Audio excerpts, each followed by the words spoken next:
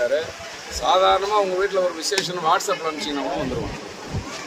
உண்மையாக தான் சொல்கிறேன். நான் யாரும் பார்க்க முடியாத ஆள் கிடையாது. நான் அடிக்கடி வாரம் ஒரு முறையாவது எல்லாரையும் ரவுண்ட் அடித்து பார்த்துக்கிட்டே இருப்பேன். உங்களுடைய தேவைகளை என்னன்னு சொன்னீங்கன்னா அந்த தேவைகள், கிராமத்துக்கு உள்ள குறைகள், உங்களுடைய தேவைகள், பட்டா, அது இது பொதுவான விஷயம். அது இல்லாமல் உங்கள் வீட்டில் ஏதோ ஒரு விசேஷம் நடக்குது, எம்எல்ஏ கிட்ட எங்கே வர போகிறாரான்னு நினைக்காதீங்க. ஒரு வாட்ஸ்அப்பில் ஒரு மெசேஜ் அனுப்பிச்சிங்கனாக்கா வந்துடுவோம். சரிதானா? நல்லது கெட்டது எது இருந்தாலும் வந்துடுவோம். ரைட்டாமா?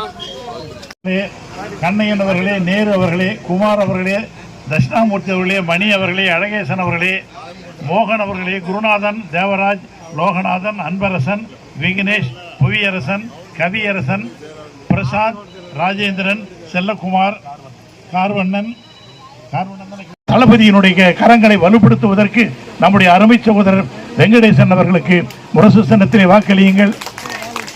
நம்மளாம் நன்றியோடு இருக்கணுமா? நம்மளாம் நன்றியோடு இருக்கணும். இடஒதுக்கீடு போராட்டம் 21 பேர் செத்துவிட்டான். நம்ம ஆளு விவசாயி, சாதாரண கிராமத்தில் இருக்கிறோமா, துப்பாக்கியால் சுட்டுட்டாங்கம்மா.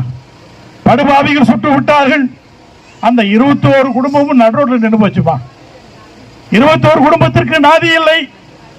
அந்த 21 குடும்பம் பசியும் பட்டினியுமாக அந்த குழந்தைகளை பள்ளிக்கு அனுப்புவதற்கு கூட வாய்ப்பு இல்லாமல் குடிசை வீட்டில் வாழ்ந்து கொண்டிருந்தார்கள். ஒரு நாள் தலைவர் கலைஞரிடத்திலே போய் கேட்டேன், எங்கேயா போயிட்டு வந்தேன்னு கேட்டேன். ஆனால் வளவனூருக்கு போயிட்டு வந்தேன்னு. ஏன் அங்கே என்ன, எங்கள் சொந்த மாமா பொண்ணு அதை விதாயி போச்சு.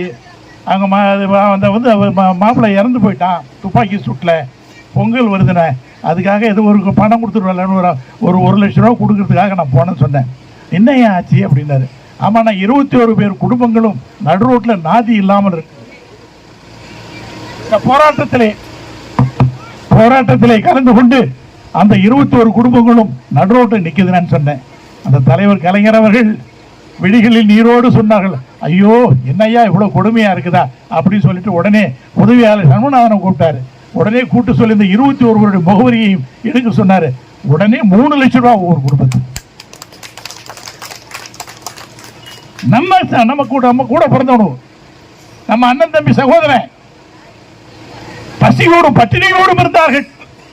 3 லட்சம் ரூபாயை அள்ளி கொடுத்த சின்னம் தாமா நம்முடைய தளபதியினுடைய சின்னம், தலைவருடைய சின்னம். அது மட்டும் இல்ல, மாசம் 3000 ரூபாய் பென்ஷன். அது மட்டும் இல்ல, கிட்டத்தட்ட 10,000 பேர் மேல் வழக்குகள். மரவெட்டின்னு சொன்னா நம்மள என்ன கொடுமை தாங்க முடியல.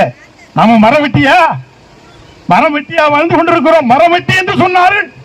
அவைகளை எல்லாம் நீக்கி தலைவர் கலைஞர் அவர்களும் தளபதி அவர்களும் அவர்களுக்கும் விடுதலை போராட்டத்திலே கலந்து கொண்டவர்களுக்கு என்ன மரியாதை தருவார்களோ அதே மரியாதை அவர்களுக்கும் தர வேண்டும் என்று சொல்லி 21 பேருக்கு இங்க பாத்தீங்கன்னா மணிமண்டபம் விழுப்புரத்தில் 21 பேருக்கு மணிமண்டபம் யார் செய்வார்கள்?